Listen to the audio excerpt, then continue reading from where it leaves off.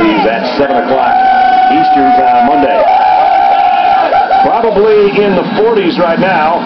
Yeah, you got to wrap up with the flags, whatever you can find, because it's a chilly night in Tuscaloosa. Obviously, the first night that these two teams have played in definitely fall-like conditions. Steve Spurrier was talking to me before the game. He said, last week against Kentucky at home, it was 90 degrees. Right. He said, he was down the field before the game. He said, I think our guys will probably think this feels pretty good. It's not too cold. It was ridiculously hot last weekend. Those guys don't seem to mind. No. That might be part of that warm-up that Nick was talking about at the pep rally last night. The juiced up thing? Yeah. Tipping to kick off. Bryce Sherman is back deep this time. And they're just going to line drive it. It's going to be taken by one of the up men about the 32-yard line, and not bad field position. Out to the 41, Justice Cunningham, the backup tight ends, does a pretty good job to get it across the 40. So still an opportunity here.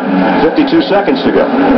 52 seconds, one timeout for South Carolina. But again, with Stephen Garcia, this is only his 10th start. Your team is right in the game. Your defense is hung in there. You finally got something going the last possession. Be smart here in the last minute. Don't give Alabama a free chance to score again. So be smart. If you go aggressive, be smart with it. He's 4 out of 14 with an interception so far tonight. It was a pretty good throw. Jeffrey, the intended receiver, may have been a little bit behind it, but Johnson broke it up again. Johnson and Barron were both there. Sometimes the problem when you have a guy like number one and the game he had last week, which was sensational with 3 touchdown catches, you think, you know what, I found my new favorite guy, and you got to get locked in on him a little bit.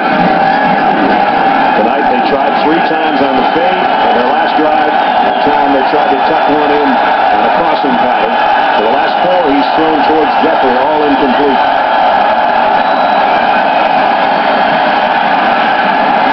One high, incomplete. The intended for the tight end, Weston Saunders, who didn't play last week, coming back for an ankle problem. Now it's 3rd down and 10. So hard for a quarterback to get in rhythm against this Alabama defense. You look at what they've done to the quarterbacks they've played this year. Ryan Mallett of Arkansas and Jevan Snead of Ole Miss had their worst days by far this season against this Alabama defense. And Stephen Garcia, not much better here in the first half.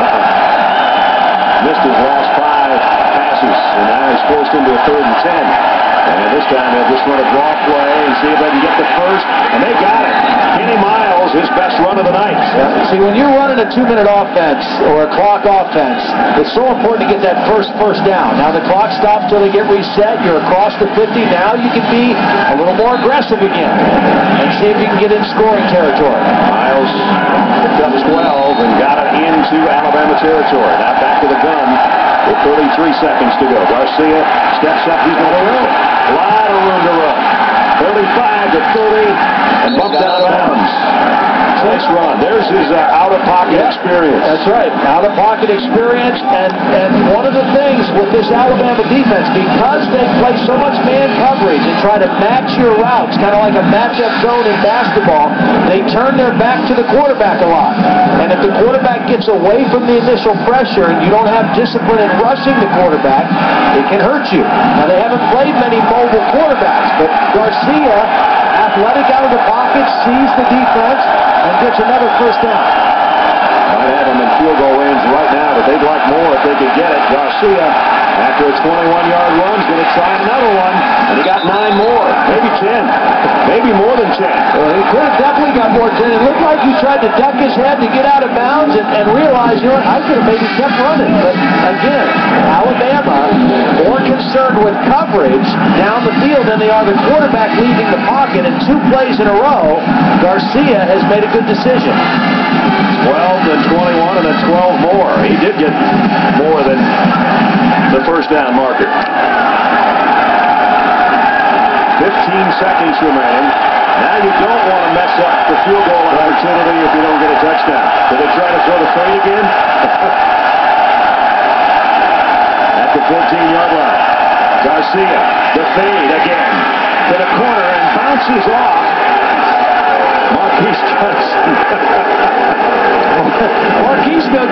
Steve Spurrier say, hey, look, I'm holding my own against the boss. I don't care if it hits me in the head or the back. It's the same guy against the same corner.